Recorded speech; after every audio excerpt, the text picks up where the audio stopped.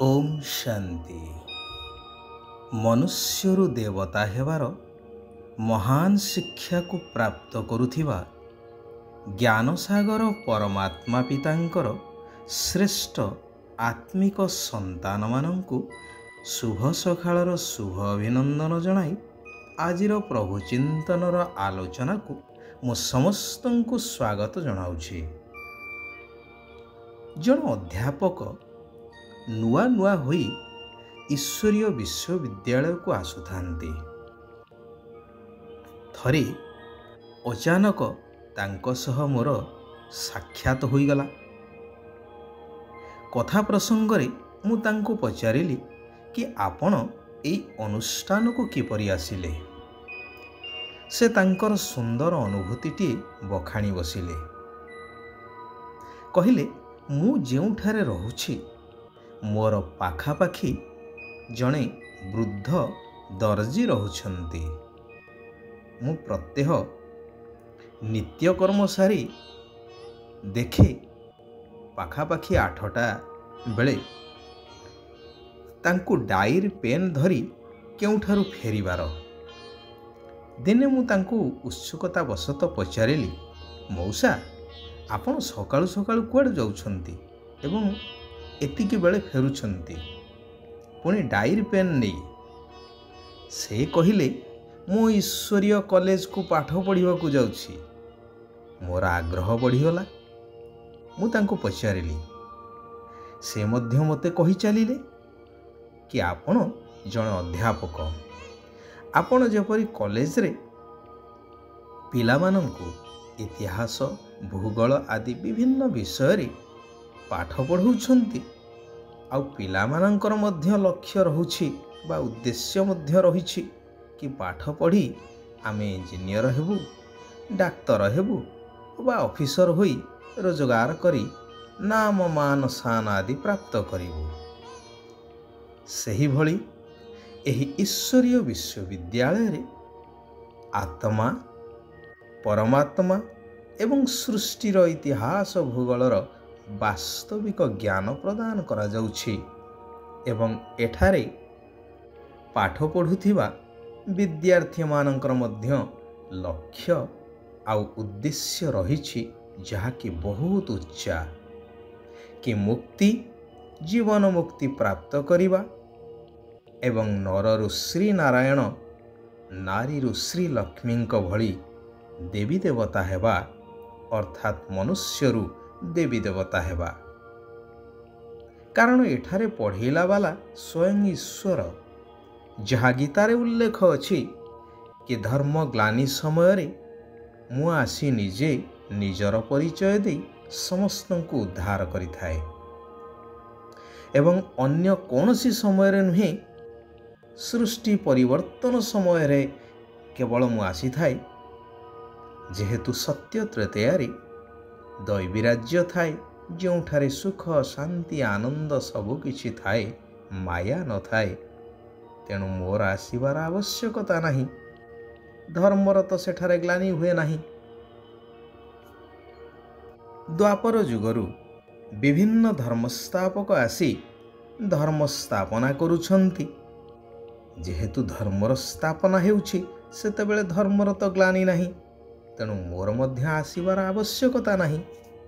बाकी एई कली जुगरे अनेक मत मतांतर अनेक धर्म धर्म धर्म भितरे विभेद जहाँकि धर्म ग्लानिर मुख्य कारण साजे एवं समस्ते देह अभिमानवश निजको आत्मा बोली विस्मृत होइजिबा अर्थात आमे माने समस्ते आत्मा, एही ज्ञान संपूर्ण भाव रे लोप हो जाए।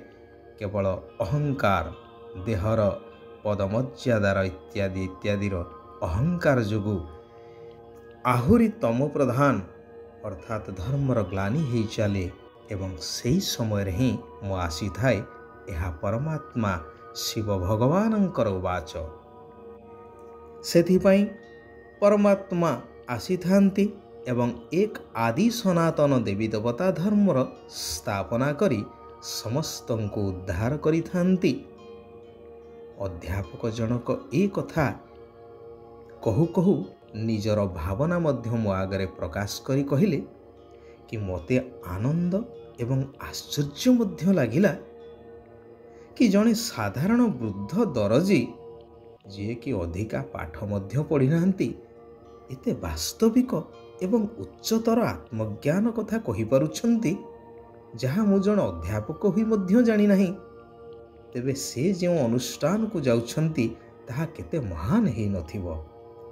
ଏଇ କଥା ଭାବି ମୁଁ ଆସିଥିଲି ଏବଂ ମୋ ଭାବନା ଠାରୁ ମଧ୍ୟ ବହୁତ ଅଧିକ କିଛି ବର୍ତ୍ତମାନ ସୁଦ୍ଧା ଏହି ପ୍ରଜାପିତା ବ୍ରହ୍ମାକୁମାରୀ ଈଶ୍ୱରୀୟ ବିଶ୍ୱବିଦ୍ୟାଳୟରୁ ଦୈନନ୍ଦିନ ପ୍ରାପ୍ତ କରିପାରୁଛି ଏବଂ ଜୀବନର ବାସ୍ତବତାକୁ ଉପଲବ୍ଧି କରି ସବୁ ପରିସ୍ଥିତିରେ ଆନନ୍ଦରେ ରହିପାରୁଛି। ନିରାକାର ଭଗବାନ କହୁଛନ୍ତି, ମଧୁର ସନ୍ତାନଗଣ, ଏହା ମନୁଷ୍ୟରୁ ଦେବତା ବା ନରରୁ ନାରାୟଣ ହେବାର ଈଶ୍ୱର ପିତାଙ୍କର ବିଶ୍ୱବିଦ୍ୟାଳୟ ଅଟେ। ଯେତେବେଳେ ଏହି ନିଶ୍ଚୟ ପକ୍କା ହେଇଯିବ ସେତେବେଳେ ଯାଇ ତୁମେ ଏହି ପାଠପଢ଼ା ପଢ଼ିପାରିବ। ପାଠପଢ଼ାରେ ତ ଅନ୍ଧବିଶ୍ୱାସର କଥା ହିଁ ନାହିଁ। ତେବେ ପ୍ରଥମେ ପକ୍କା ନିଶ୍ଚୟ ହେବା ଦରକାର। ହେଲେ ମନୁଷ୍ୟରୁ ଦେବତା ହେବା ପାଇଁ ଏବେ ଆଖିକୁ ସମ୍ପୂର୍ଣ୍ଣ ନିର୍ବିକାରୀ କରିବାର ମେହନତ କରିବାର ଅଛି, କାରଣ ଏଇ ଆଖି ହିଁ ବହୁତ ଧୋକା ଦେଇଥାଏ। ତା ସହିତ ମଧୁର ହେବାର ପୁରୁଷାର୍ଥ କରିବା ମଧ୍ୟ ଆବଶ୍ୟକ। ସତ୍ୟ ଯୁଗରେ ତ ସମସ୍ତଙ୍କର ଦୃଷ୍ଟି ନିର୍ବିକାରୀ ହେବ। ଯେହେତୁ ବର୍ତ୍ତମାନ ମୁଁ ତୁମମାନଙ୍କୁ ଆସିଛି ସେହି ସତ୍ୟଯୁଗୀ ଦୈବୀ ଗୁଣଧାରୀ ଦେବୀ ଦେବତା କରିବା ପାଇଁ, ତେଣୁ ବର୍ତ୍ତମାନ ଠାରୁ ସେହି ସଂସ୍କାର ହିଁ ଧାରଣ କରିବା ନିହାତି ଆବଶ୍ୟକ। ସେଠାରେ ଏଭଳି ପୁରୁଷାର୍ଥ ବା ପରିଶ୍ରମ କରିବାକୁ ପଡ଼ିବ ନାହିଁ। ଏହି ପତିତ ଶରୀର ପତିତ ଦୁନିଆରେ ତୁମେମାନେ ଆତ୍ମା ଭାଇ ଭାଇ ଏହି ନିଶ୍ଚୟ ରଖି ଆଖିକୁ ନିର୍ବିକାରୀ କରିବାର ପୁରୁଷାର୍ଥ କରିବା ଦରକାର। ମନୁଷ୍ୟ ତ ଏପଟେ କହୁଛନ୍ତି, ଭଗବାନ ଆପଣ ଯେତେବେଳେ ଆସିବେ ସେତେବେଳେ ଆମେ ଆପଣଙ୍କ ଉପରେ ସମର୍ପିତ ହେଇଯିବୁ। ପୁଣି ଭଗବାନଙ୍କୁ ସର୍ବବ୍ୟାପୀ ବୋଲି କହୁଛନ୍ତି। ତେବେ ଏହି କଥା ପ୍ରମାଣିତ କରୁଛି ଯେ ଭଗବାନ ଏଠି ସେଠି ସର୍ବତ୍ର ବିଦ୍ୟମାନ ନୁହନ୍ତି। କିନ୍ତୁ ମନୁଷ୍ୟ ବିଭିନ୍ନ ଶାସ୍ତ୍ର ପୁରାଣ ଅନେକ ମତମତାନ୍ତର ଦ୍ୱାରା ଭ୍ରମିତ ହୋଇ ଭଗବାନଙ୍କୁ ମାଟି ଗୋଡ଼ି କୀଟ ପତଙ୍ଗ ସବୁଥିରେ ଅଛନ୍ତି କହି ଭଗବାନଙ୍କର ଆହୁରି ଗ୍ଲାନି କରି ଚାଲିଛନ୍ତି। ସେଥିପାଇଁ ଗୀତାର ମହାବାକ୍ୟ ଅନୁସାରେ ସର୍ବଧର୍ମଂ ପରିତ୍ୟଜ୍ୟ ମାମେକଂ ଶରଣଂ ବ୍ରଜ, ଅର୍ଥାତ୍ ଏବେ ସବୁ ମତ ଛାଡ଼ି ଏକ ମୋ ଶ୍ରୀମତରେ ଚାଲ। ଏହି ପୁରୁଣା ଦୁନିଆ ଠାରୁ ବେହଦର ସନ୍ନ୍ୟାସ କରିବାର ଅଛି ବର୍ତ୍ତମାନ, କାରଣ ଏହି ଦୁନିଆ ଏବେ ସମ୍ପୂର୍ଣ୍ଣ ପରିବର୍ତ୍ତନ ହେବାକୁ ଯାଉଛି ବା ସମ୍ପୂର୍ଣ୍ଣ ବିନାଶ ହେବାକୁ ଯାଉଛି। ଶରୀର ନିର୍ବାହ ଅର୍ଥେ କର୍ମ କରି ମଧ୍ୟ ସଂସାର ସମ୍ଭାଳି ପରିବାର ଆଦିକୁ ପୋଷି କେବଳ ଆତ୍ମିକ ଯାତ୍ରାରେ ରହିବାକୁ ହେବ, ଅର୍ଥାତ୍ ବୁଦ୍ଧିକୁ ପରମାତ୍ମାଙ୍କ ସହିତ ଲଗେଇ ରଖିବାର ଅଭ୍ୟାସ କରିବାର ଅଛି। ନିଜର ଲକ୍ଷ୍ୟ ଏବଂ ଉଦ୍ଦେଶ୍ୟକୁ ବୁଦ୍ଧିରେ ରଖି ବହୁତ ବହୁତ ମିଠା ହେବାର ଅଛି। ଶିବ ବାବା ବରଦାନ ଦେଉଛନ୍ତି କି ପ୍ରତି ପାଦରେ ପଦମର ଅର୍ଥାତ୍ ଅଥାହ ରୋଜଗାର ଜମା କରୁଥିବା ବୁଦ୍ଧିମାନ ଜ୍ଞାନୀ ତୁ ଆତ୍ମା ଭବ। ବୁଦ୍ଧିମାନ ଜ୍ଞାନୀ ଆତ୍ମା ତାଙ୍କୁ କୁହାଯିବ ଯିଏ ପ୍ରଥମେ ଚିନ୍ତା କରେ ତାପରେ କର୍ମ କରେ। ତେଣୁ ସଂକଳ୍ପ ରୂପୀ ଭୋଜନକୁ ପ୍ରଥମେ ଚେକ୍ କର ତାପରେ କାର୍ଯ୍ୟକାରୀ କର। ଯେପରି ମହାନ ବ୍ୟକ୍ତିମାନେ ପ୍ରଥମେ ଖାଦ୍ୟକୁ ବା ଭୋଜନକୁ ପରଖିଥାନ୍ତି, ତାପରେ ଯାଇ ଭୋଜନ କରିଥାନ୍ତି।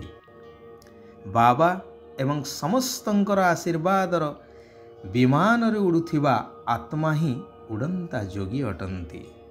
ଆଚ୍ଛା, ଆଜି ପାଇଁ এইଠାରେ ଆମେମାନେ ବିରାମ ନେବା। ଓମ୍ ଶାନ୍ତି, ଓମ୍ ଶାନ୍ତି, ଓମ୍ ଶାନ୍ତି।